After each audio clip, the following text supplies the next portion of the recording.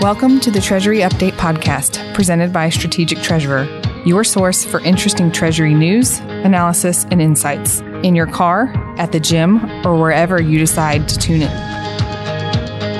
In the second podcast from our time at the 2022 AFP conference, we'll hear from Jeffery and our four panelists on the future of Treasury payments.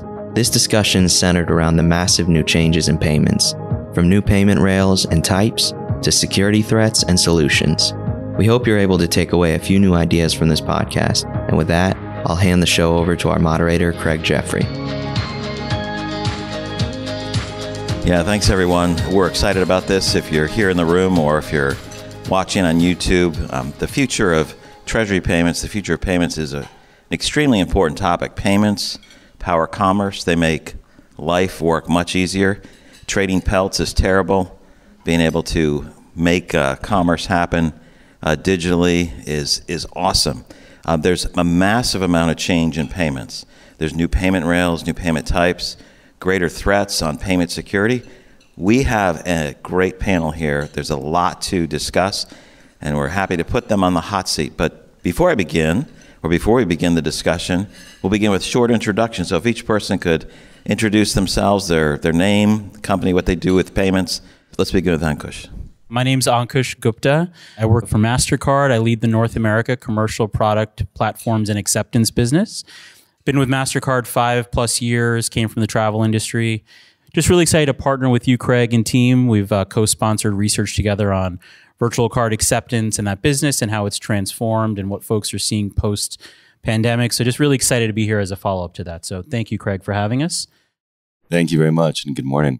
My name is Bob Stark. I'm Global Head of Market Strategy for Kyriba. We're an enterprise liquidity management solution focused on treasury, connectivity, payments, risk management, and working capital. So many things that are very important at this AFP conference.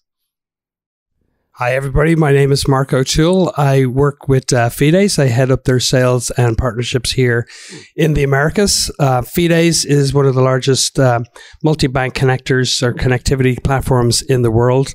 Essentially, we act as the rails between your bank or many banks and accounts into whatever platform you want to send it to. So we're very happy to be here, Craig. Thank you. The last time I had to manage to do a Fintech Hotseat, it was pre-COVID, so it's great to be back with you guys again.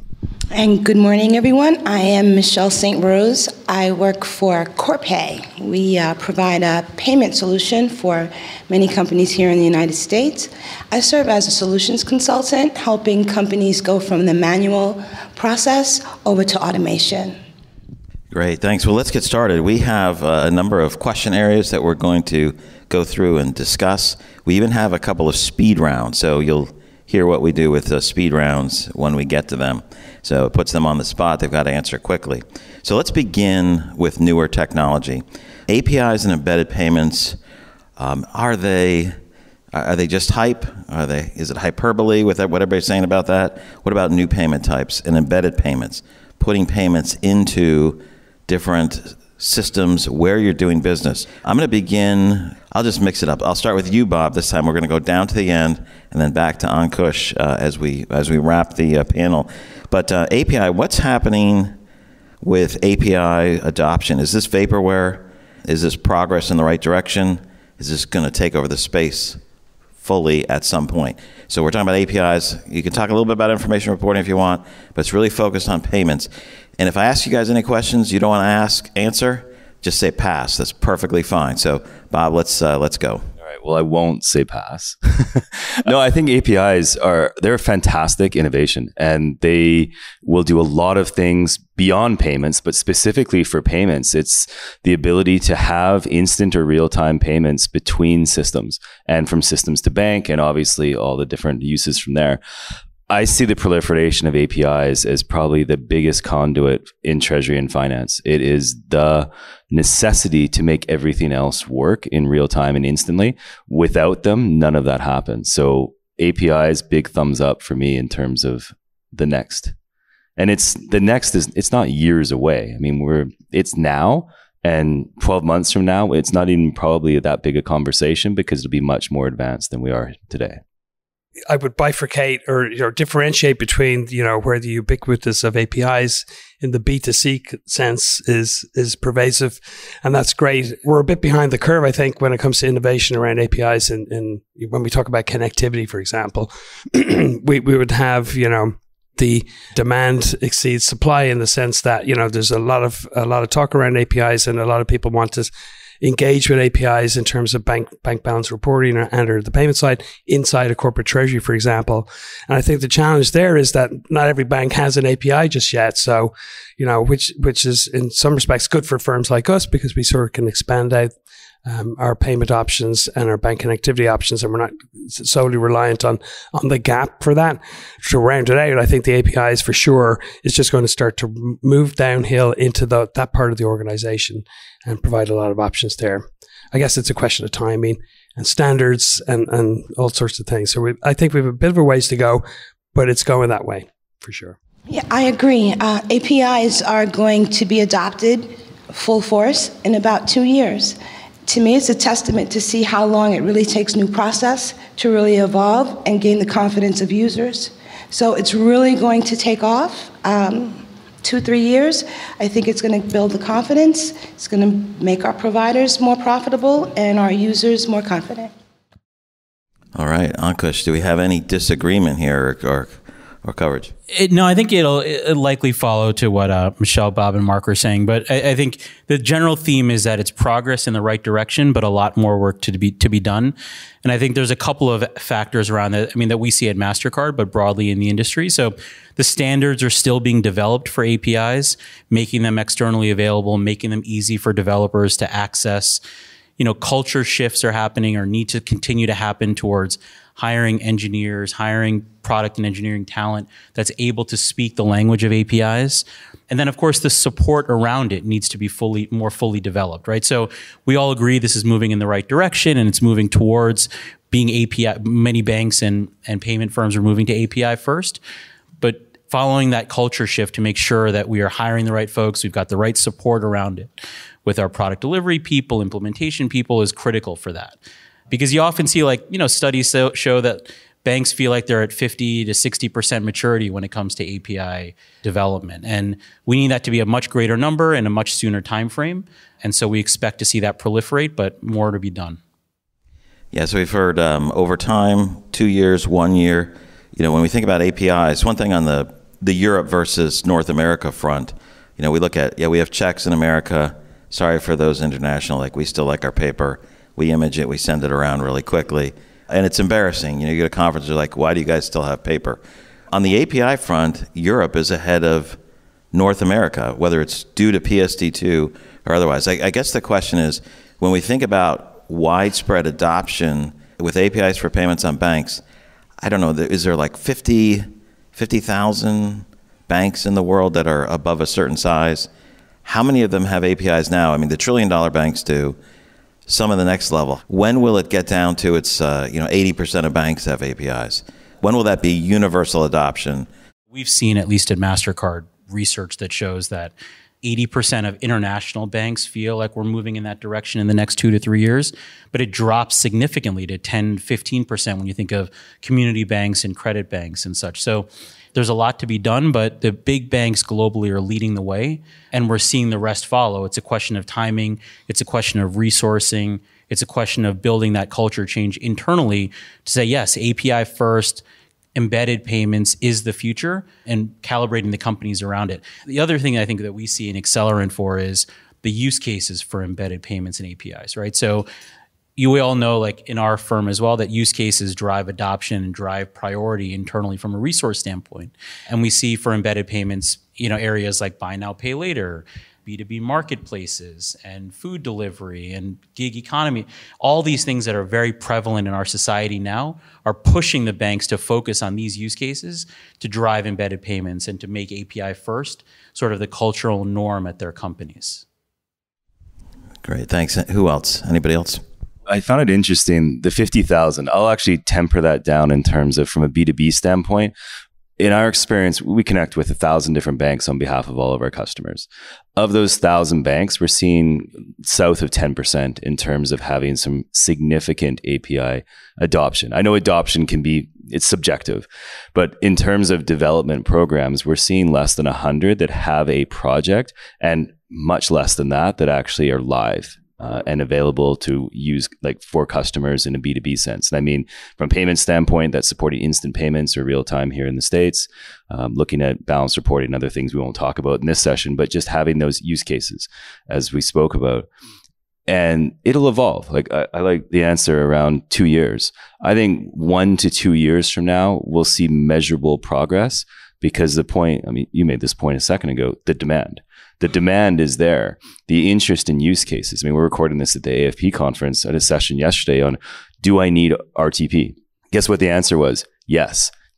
Now, they didn't necessarily know exactly why they needed it. So I think there's some evolution in terms of what that demand looks like. But definitely the interest is there. And it's just a matter of having the supply, having those roadmaps evolve a little bit further. Having APIs support maybe more than just real-time payments, but actually supporting the entire payment landscape so that an organization from their ERP or treasury system can send a file, have that split out into all of the different payment rails that they're looking to utilize. So there's evolution. It's not just instant payments, which I think a lot of people equate APIs with. It's the opportunity to change your entire payment process.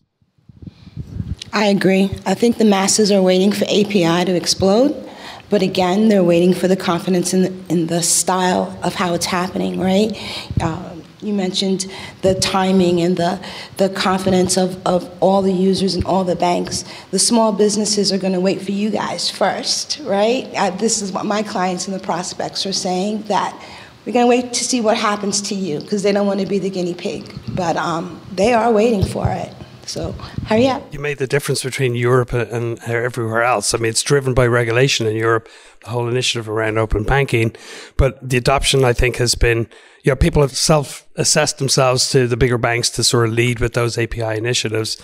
But I mean, a hint for any bank is if they don't have a digital officer or chief digital officer or some position inside that organization, gives you a hint as to where's the directional view of the bank and how are they leading on that. But I certainly think, broadly, I think we can all agree that if the banks don't get on board with an API initiative or some sort of initiative, they're going to be displaced because there's this whole movement around embedded finance and it's not just the banks anymore. So to stay in the game, I think you got to lead forward and create those sort of APIs and whatnot. Are fintechs ahead of banks on this front, generally? I mean, yeah, I believe they are. I mean, it's no secret that if you think of, banking infrastructure and the IT within the banks over the last 20, 30 years, there hasn't been a lot of innovation there. That started to change in around, I think, 2017, talk of APIs and blockchain and just all these new initiatives that were impacting what the banks do. And it got that conversation started where within the banks, they said, we need to upgrade. So you're seeing a lot more banks reaching out and teaming up with fintechs. I think all of us here are involved with some banks or many banks. They're, how do I get there and how do I get there fast and how do I stay relevant within that?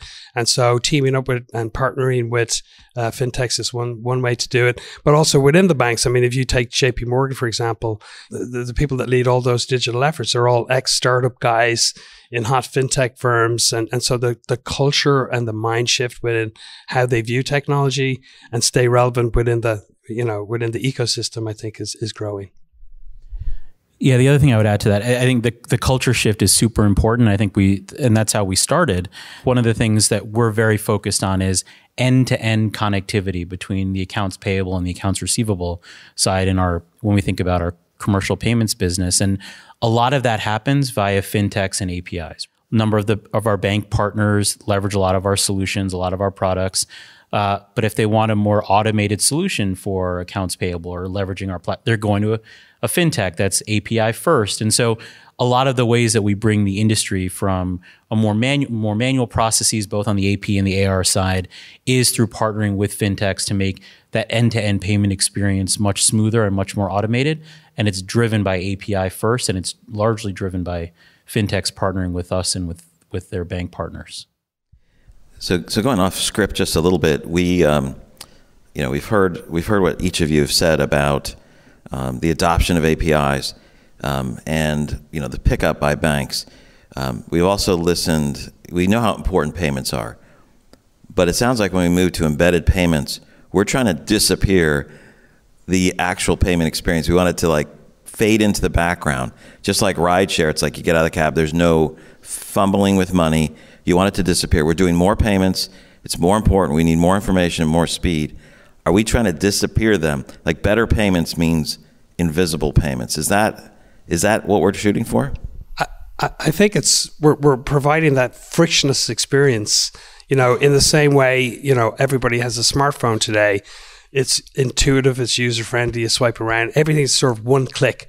So you're making that end experience just frictionless in a way. And I think the sauce and the stuff that happens behind the scenes continues, and how that happens will be sort of a simpler process. But I think this one click, ease of use, frictionless experience is what's driving that. And I think that's just going to increase everywhere. I wouldn't say disappear. I mean, I get the direction you're going with that. I would use simplification, which is similar to what Mark's saying. If you think of just the basic process of having a request for payment built into an email or other sorts of digital message text as an example, then all you're doing is just making it easier for them to pay you. And to me, that's always been the driver for real-time payments. It's not like no treasurer in this conference says, I'd really like to pay more quickly. They're drawn to do that. And a lot of times it's going to be from the receivable side. So do I want to get paid more quickly? Yes, I do. I mean, everyone wants to accelerate DSO. If you're in a B2C environment, maybe it's to instigate late payers and just kind of make them pay a little quicker, make it simpler and easier for that action to happen. So I think a lot drives from the receivables and the simplification of how can I get my money paid to me more easily. And I'll go back to that word simplification.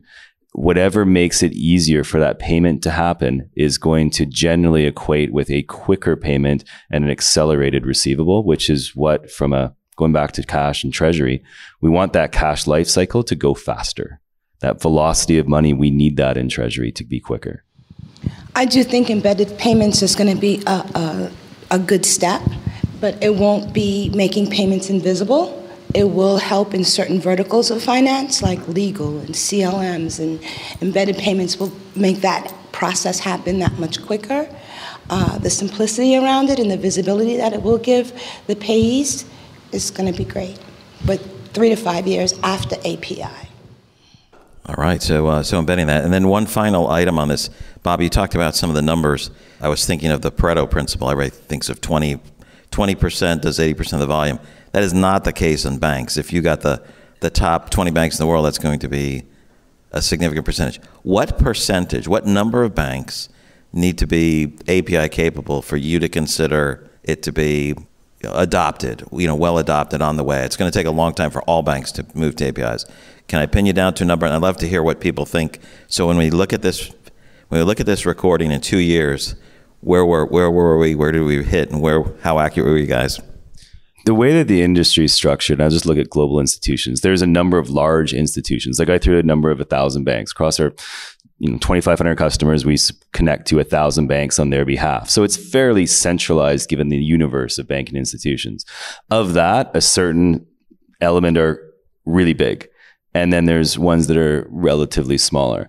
I think that 20%, to use your example, once you hit that 200 mark, where you actually see use cases like live, not just we're thinking about an API project or we'd like you to test this because we have an idea that we think might be interesting or we want to follow what your peers are doing. You hit that 20% of those large corporate banks and the rest will follow. I think that is the tipping point here. Excellent. Anybody else have a thing? So he said 200 banks, which is probably going to be at least 80% of payments. Anybody else? From Fides' perspective, I mean, we're connected to over 13,500 banks, and certainly we're not hearing enough noise around everybody getting on board with an API outside of the bigger banks and some of the regional ones here specifically. But, I think I'll go with Bob on that. The ear to the ground on adoption, greater adoption. Thanks, everyone on the panel. But this moves us to our first speed round. So here's the rules for the speed round. You have to give the answer first. You have to make a decision. You can't say, there's two schools of thought to this, and I subscribe to both of them. You have to pick one. You can give an explanation and explain why you picked one over the other, but you have to start with the answer. If I ask you something you don't want to answer, you just say pass, and that's fine. So we're going to go through this. So quick answers and quick explanations following those answers. So we'll begin with payment growth. We'll begin with Bob and move down in the same order, down to Michelle, and then back to Ankush. So first one is payment growth. Payments are growing very rapidly. Do you see payments growing over the next 5 years at 2 times the general growth rate, more or less? I was going to say 2 times sounds like a pretty good number, but I'll just say yes to go just a little bit above that. Yes. Yes. Any other answers? Any other details on that, the two of you? 2 times yes. No, you gave an explanation. I meant Mark and Michelle. I'll try to be more specific. Setting aside, the economy and inflation and all those things today, it's just more ways to pay for things in different ways, and this embedded finance and usage will contribute to that, I believe. Okay, Michelle, anything? Again, I'm going to stress user adoption. It's just going to keep growing and growing. The better the technology gets, the more use you'll have. So it's definitely going to 2 times to 3 times. Okay, so we got three yeses. Any divergence from that? No, I'm going to go with more than 2 times as well. I think the only thing I'll add to the discussion is it'll happen I think in pockets of B2B payments specifically. So I think virtual card expansion, real-time payments expansion and stuff are going to be significant growth drivers, especially as we see trends towards digitization of payments post-pandemic. I think that only accelerates payment growth versus the economy. And also the economy is a little depressed and may likely be that way for some time, so that helps. Sure, great. So the second topic is fraud, and so we'll begin with Mark. Is the issue about fraud more about technology, or preventing fraud more about technology, or the human element now? Go. Oddly enough, I think it's still the human element, and that uses technology. All right, Michelle. I have to agree. It's the human element. It's getting people to adopt the culture in the new way. I mean, let's be clear. We've been doing things the same way for 40 years. It's going to take a long time to get people to change their ways of thinking in back office. So I initially had both, and then when you of course said that, then let me say the tech side. I totally get the human element. The technology, as we're sort of coming out of the pandemic and folks are moving more to digital payments, the question becomes, all right, what's the right digital payment that reduces fraud the most? And you look time and time again, check obviously is not digital, but you think of, or it could be, I guess, but ACH, debit, wire, like those are, any survey you see, those are significant sources of fraud relative to virtual card payments, for example, which is next to nothing. And so solving sort of that shift towards payment methods that are reducing fraud is super important. But we do have to focus on the human element, and better training can certainly help that in the AP department. Yeah, I'm going to go with technology on this one. Not to contradict anything that's been said around the human element, but there's 2 pieces. One is the very nature of the payment and the ability to basically make those payments much more secure through technology. The second one is managing data. Data is critical. I mean, you just think of a simple payment process where I need to consume significant amounts of information around, is this a good payment? Is this a bad payment? Is this a sanctioned payment? Is this not a sanctioned payment? Is the identity of the bank account, the owner of the bank account, actually the beneficiary that I'm paying?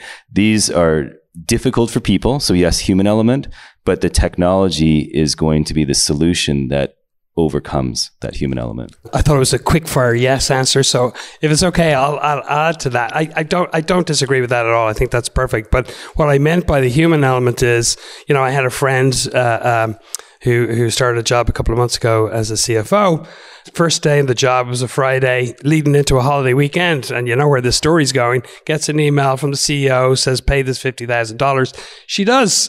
And finds out on the Tuesday when they all go back to work that was not the CEO. And so that human element around, that's an element of payments fraud. But I think, certainly as it relates to some of the debit payments and the embedded finance, there's going to be new ways people are going to find around how to, defraud that part of the business. Yeah, excellent. So all the people at Strategic Treasury who got text from me about I'm surprising everybody with gift cards and I'll reimburse you by the end of the day. Don't go out and buy them. That's a good example. So we're going to start with Michelle and come down this way. Then we're going to go back and forth for the next one. We're going to go to which matters more, and we're going to pick up the pace on this one. It's speed or information with payments. Is speed more important or information? Go. Speed. Speed. Oh, I'm going to contradict. I'm going with information. I'm going to go with speed. So you got 3 speeds and 1 information. Okay. And feel free to jump in on with some more things because we're going to be jumping on information or cost. We'll begin with Ankush and going down towards Michelle. So information or cost? So I'd say information. From the speed side of it, just to go back to that for a second, I think that's just more difficult to solve. And so I think that's why that's super important. Information has been out there, but the speed element, making payments faster, has been quite challenging to solve. I think from an information versus cost standpoint, information is super important, wanting to make sure that we're reducing the back and forth. And it goes to the human element in a lot of these conversations. Thousands of hours that are spent by AP and AR departments trying to reconcile payments, talking about disputes and so on and so forth. Reducing all of that is so important. And so making sure that that information is flowing smoothly between the parties is so important. And again, that feeds into cost savings. So one, they're not unrelated, but information sort of takes the bait for me. Yeah, I will once again say information. And it's for the exact same reason. If you think of procure to pay, order to cash cycles, just the remittance component that travels in the case of instant real-time payments with the payment. So the dollars and the data are actually constantly associated as opposed to with an ACH disassociated, and then you have to bring them back together. That information, I'm going to say a hidden gem in terms of benefits of real-time payments. So information is huge. I'm going to be a little different. I'm going to say cost, and let me explain that. So, I mean, from our perspective, we're into the messaging business. So the information is part of what we would supply and doing those reconciliations and helping them do that. But I think depending on the business that you're in, if you're a treasurer and you're making payments, you're making considerations around cost. Do I do these wire transfers or do I do bulk payments or ACH or same day? There are some considerations there. So depending on that type of business and the volume of the transactions you're going to be doing, you may be making some decisions around how you're going to pay people. I'm going to stay with information, and I feel it's information because the more information gives you the speed to react, not only to bad scenarios, but also good scenarios. The cost, I really feel, based on speaking with clients and prospects, that it's not going to be an issue. They will pay for what they want and what's going to work. So as long as the cost is maintainable and it could be fit into a budget, they'll find their way around it if we give them what they need. All right, we'll start back with you again for the final. Which matters more, cost or visibility? Again, I'm going to say visibility. Visibility is going to be your avenue to everything. If you can see it, you can fix it. The costs associated to having that type of visibility, they will pay. They will spend whatever it takes not to have fraudulent payments cross their path. So I think that if we're giving them technology that's worth the dollars, we're not going to have a problem with it. They are in need of it. No one has any problem spending the money if they have the confidence that it's going to work. All right, so one, visibility. Visibility. Visibility. It goes with my information and data points.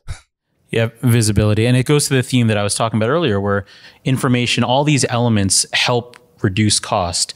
And to Michelle's point, folks are willing to pay for it if speed is faster, if information is better, if there's more flexibility, if there's more visibility. So all these things feed into potentially lower costs, but also willingness to pay were these things to be solvable. Not to mention that you'll make up the dollars in other areas, right? So if you're spending in one area, you're going to see the residuals of the fruits of your labor in others, so they don't mind. Yeah, it's that total cost of ownership. I really like that argument because the cost of the payment is just one piece of that total cost of ownership. And if you can find those efficiencies, which to Michelle's point, you can, then actually your total cost goes down, even if the cost of the payment component goes up. I love the nuances that come out when you force people to make a choice and then defend it. It just helps. It helps bring that stuff to light. So thank you for the first speed round. We're gonna skip the remainder questions there. We're gonna move on to fraud because we all love fraud. We're gonna start with Bob and come towards me and then loop around, just to keep your mental acuity up, everybody. So payment security matters mightily. What are the issues and opportunities? I'm going to bundle a couple questions, so pick either part of them or all of them. Attacks on smaller firms seem to be growing much faster than they used to be. Why is that? What do we do about that? And then I also want to move to also cover the level of preparedness by payment networks. Across the board, there are lots of payment networks and payment rails. Can you start us off? The way I'll actually start off is I'm going to go back to a point I made earlier around data. To be resilient against fraud. And whether you're a small firm, whether you're doing payments on a variety of networks, the point is that your payment process is what's being attacked. And if your payment process and your controls are strong and resilient and consistent, and I like the example that Mark gave earlier around inconsistency in controls. I wouldn't say it's not the human element, but it's the controls that broke down in that kind of process. And we see those examples. We hear those stories. Something broke in that process. That process has to be strengthened. There's a lot of data to be managed to be resilient against fraud. And I gave some examples before. You have to be able to have control of that, to be able to understand in an instant, because we're talking about speed of payments at the same time as increasing resilience against fraud. With an instant payment, it's instant in terms of settlement. You have to be able to make those decisions more quickly. The human cannot be doing that. So those processes have to quicken up, and they need more data, more controls, more capabilities brought into that payment process. So that end-to-end journey becomes more complex, but to increase the likelihood that you catch everything before it goes out.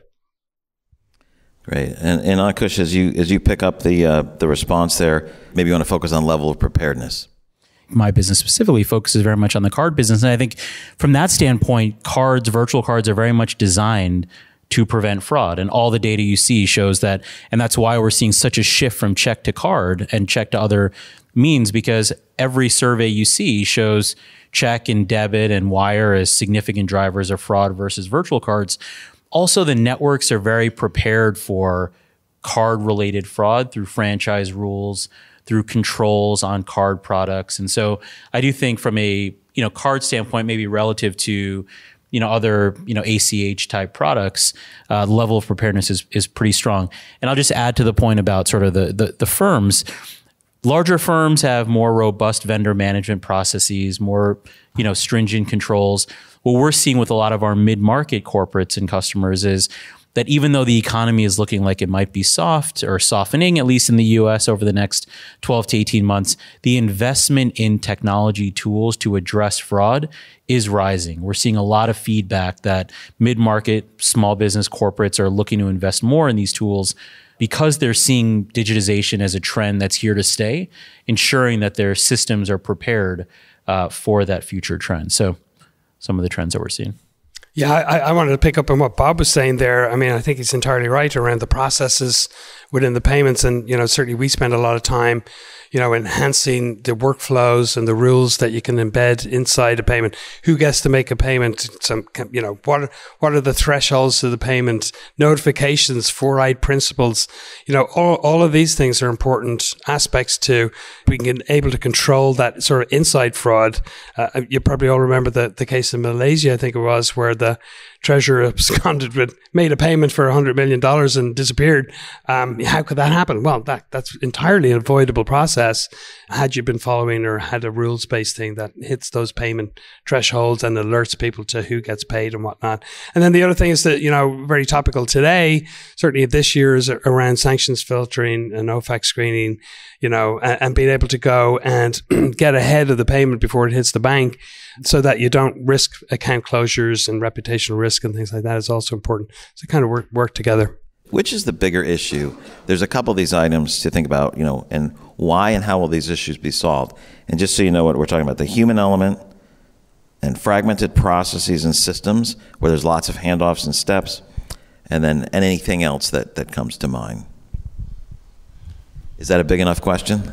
I have to break it down into pieces. Can you solve all the problems? Let's see if I can put on my solutions consultant hat this morning. But no, I think that has to be broken down, right? Because from a user's perspective, which I've been for 25 years before I became a consultant, when you say fragmented processes, and it's changing. Things are going to have to be fragmented to some extent, right? Everything is not going to flow seamlessly as we want it to, because things are being handled in so many different ways than they were in the manual days. I mean, I'll take layman's terms. If you have your foot is hurt, you're going to go to a foot doctor.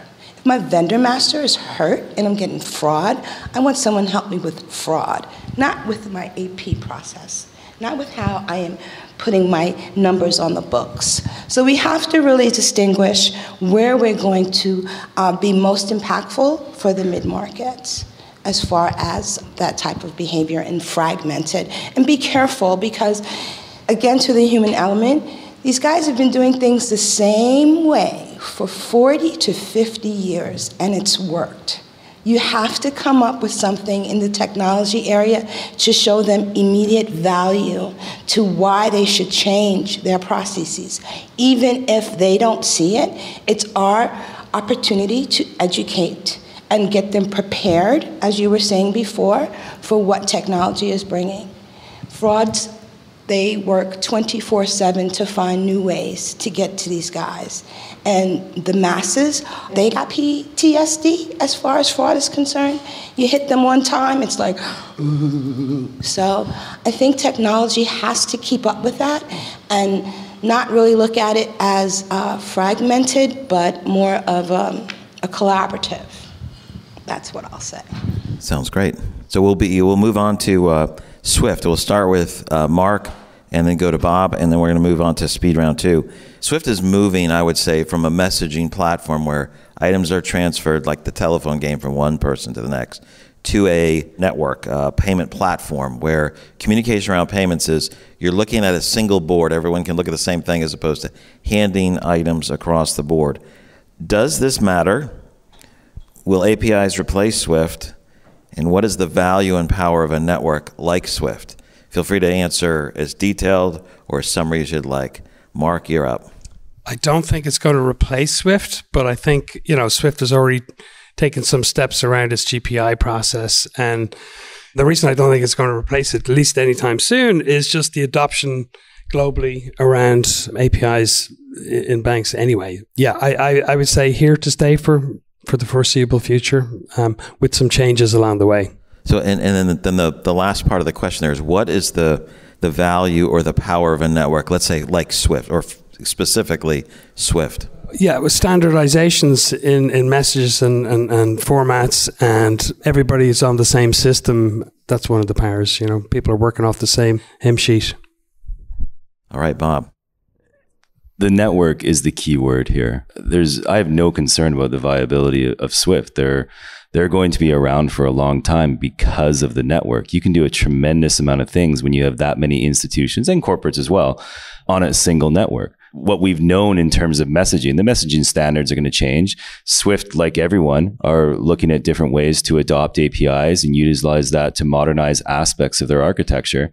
In the end, they have a network of thousands, 13,500 different institutions and corporate members together. That is the thing that matters for them, and their power is immense as a result of it. So, everyone in Treasury will utilize them to some degree, and will continue to do that for years. We're going to move off of Swift swiftly and move to speed round 2, but we will begin speed round 2 on Swift, and we're going to reverse it. Start with you, Bob. Go to Mark, and then we're going to move on to some other topics besides Swift. So I'm focusing on you two on the Swift order. So again, quick answer, the real answer, and then a 10-second response. It could be more than 10 seconds, but Swift payments platform, is it a great idea or too little, too late? Oh, it's not too little, too late. So great payments platform, yes. And there's a tremendous amount of opportunity to modernize payments for everyone, especially, again, Swift, the network. What he said. Okay, a lot of disagreement there. So I'll go Mark and then to Bob. So is the Swift payments platform clearly communicated or a well-kept secret? I'm going to say there's a tremendous amount of opportunity which is a secret way of saying I don't want to say secret, but I think there's more opportunities to be explored. Again, going back to the value of the network, you can call it a secret if you want to use that word. I would say more opportunities to come.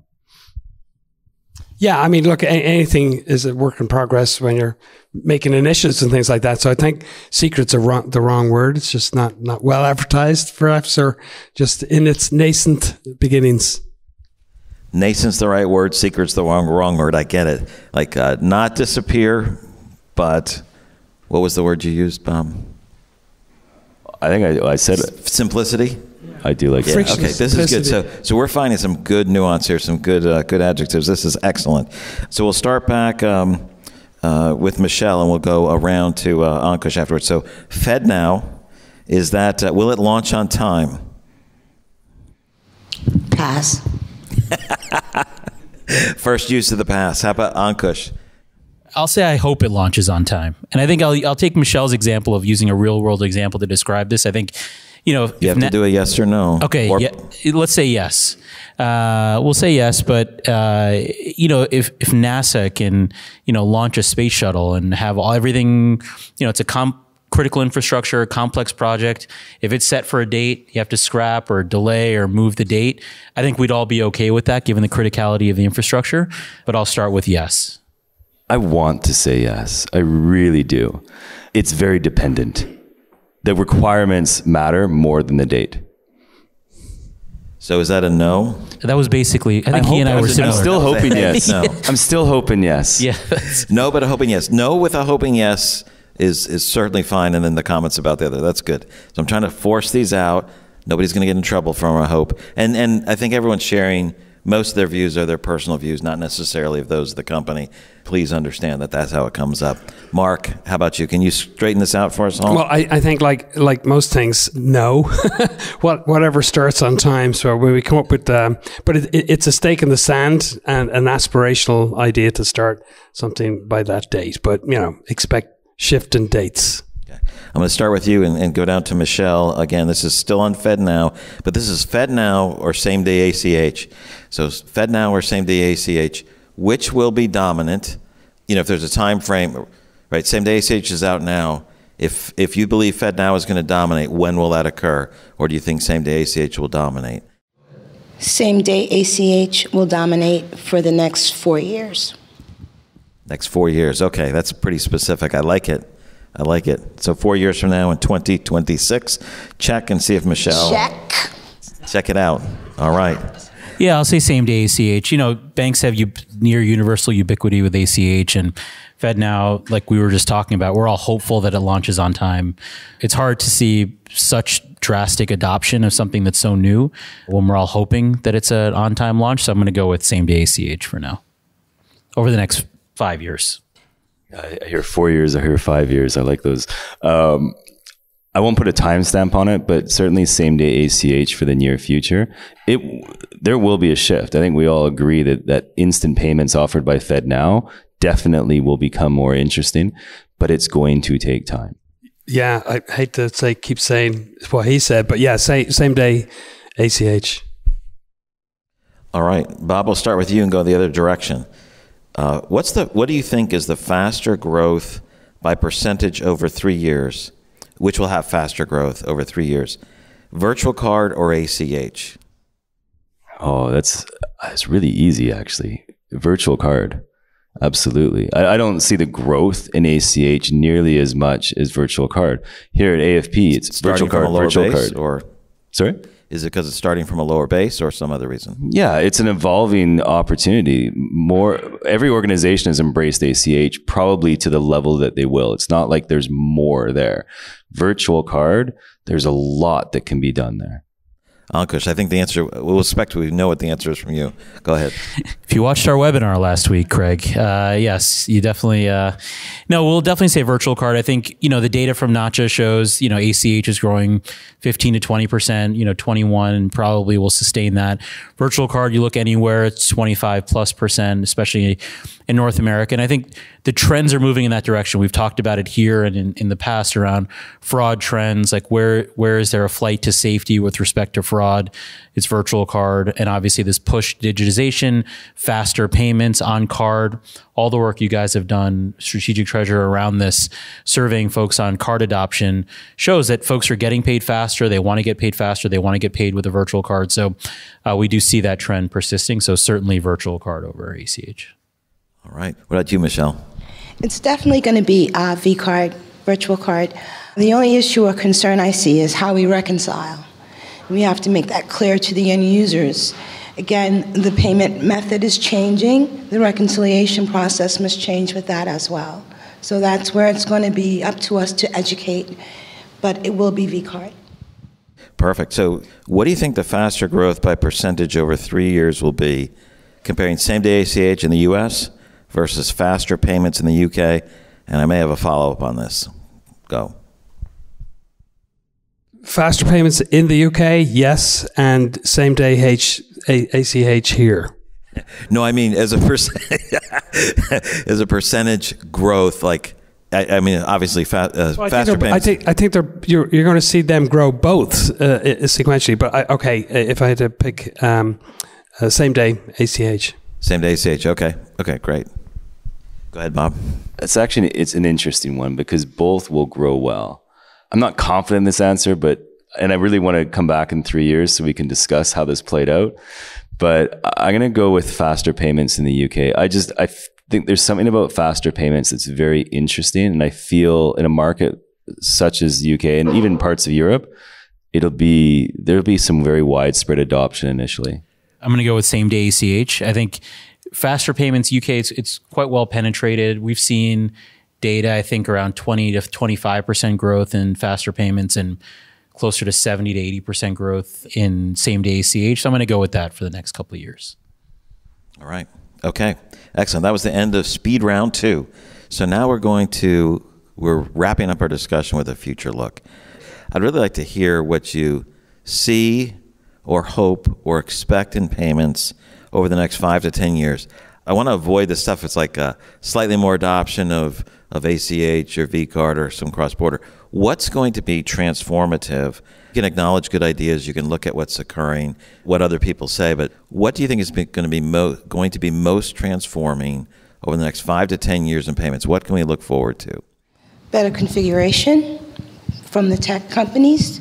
Now, let's be clear that our users are more sophisticated, more savvy, looking for more seamlessness and confidence in their tech. So as long as technology continues to grow, I think we're going to see more users taking advantage of V-card, same-day ACH. But again, there's a lot of bruises that have been happening in the fraud. But in the next 5 years, I see companies really adopting the virtual card process more than anything else. Okay, excellent. Thank you. Mark. I just sort of looking forward, and it's happening today, but we're going to see more of this expectation around frictionless processes and automation. All the hard work is done utilizing technology behind the scenes, but as a user, whether I'm in corporate treasurer and AP, these processes become less and less manual and more reliant on technology to make that easier, and then to call out the exceptions, but more of that pervasively across every industry. Okay, thanks, Mark. And Bob. Bob is also known as Treasury Bob if you use Twitter, so follow him there. I'm going to go back to a word I used at the start, simplification. And it's a similar angle to what Mark was speaking about. The end-to-end process that's where the focus is, where the opportunity for improvement is. And so we talked about things like having disaggregation and disparate systems, disparate processes. Smoothing that over will simplify your process and open up the opportunities for new payment types. And there's new payment types. We've talked about all of them. I mean, the adoption of same-day ACH, the adoption of any type of faster payments and more digitized payments requires a process that can take advantage of that. So the processes have to be quicker, they have to be simpler, and they need to be ready to take advantage of the data opportunities, whether it's to protect them or to actually improve things. Like Michelle made the point about reconciliation. That can be much simpler with the technology tools and the payment rails that are coming for us. So great opportunities.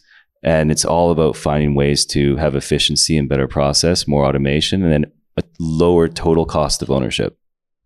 Great. Thank you, Bob. Ankush. Yeah, the challenge of going last is a lot of it gets covered, but the frictionless, simplicity, all of that.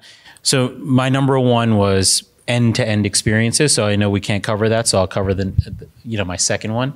But just to build on that for a moment, it's moving away from buyer-led experiences and supplier-led experiences, AP only, AR only, to a focus on a full end-to-end seamless experience and frictionless experience, digitized experience, where supplier onboarding and enablement is a priority, where banks that have customers that want to adopt new card programs, for example, feel like this is something that they can do because the process is easier, as Michelle's pointing out over and over, that and we see this with all of our customers, that they want a better experience. They're willing to pay for it. If the end-to-end experience is seamless, there's certainly a willingness to adopt. So the different answer I'll give on this one is just resource prioritization is going to be an important priority over the next couple of years. We're seeing 60 to 70% of companies targeted by phishing scams, and we're talking about the human element in all of these processes and needing to ensure that we solve the technology, we solve the tech to make sure that the human element doesn't come into this. As we see the economy softening, as we see the focus on investing in technology solutions, it's how are resources internally going to be redeployed to take advantage of the next set of big opportunities? How are we going to culturally change and upskill folks in our companies to be API first and not just focus on, let's say, for virtual card, if you're at a supplier where 90% of virtual card payments are manually key entered. That'll likely not happen in the future if the trends persist the way they're going. So how do we sort of redeploy capital in a way that takes advantage of the digital and technology trends that we're seeing? So I think that shift is going to be pretty significant over the next couple of years, as all the trends we've been talking about, API first, digitization, modernization of payments, becomes top of mind at all these institutions. Thank you all. A number of great, excellent points, things to look forward to. Ankush from Mastercard, Bob from Kyriba, Mark from Fides, and Michelle from Corpay. Thank you so much for your input, your comments. I know I got a lot smarter today just hearing, especially on the nuances as you guys describe things. That was very helpful. So let's give them a hand. You've reached the end of another episode of the Treasury Update podcast. Be sure to follow Strategic Treasurer on LinkedIn. Just search for Strategic Treasurer.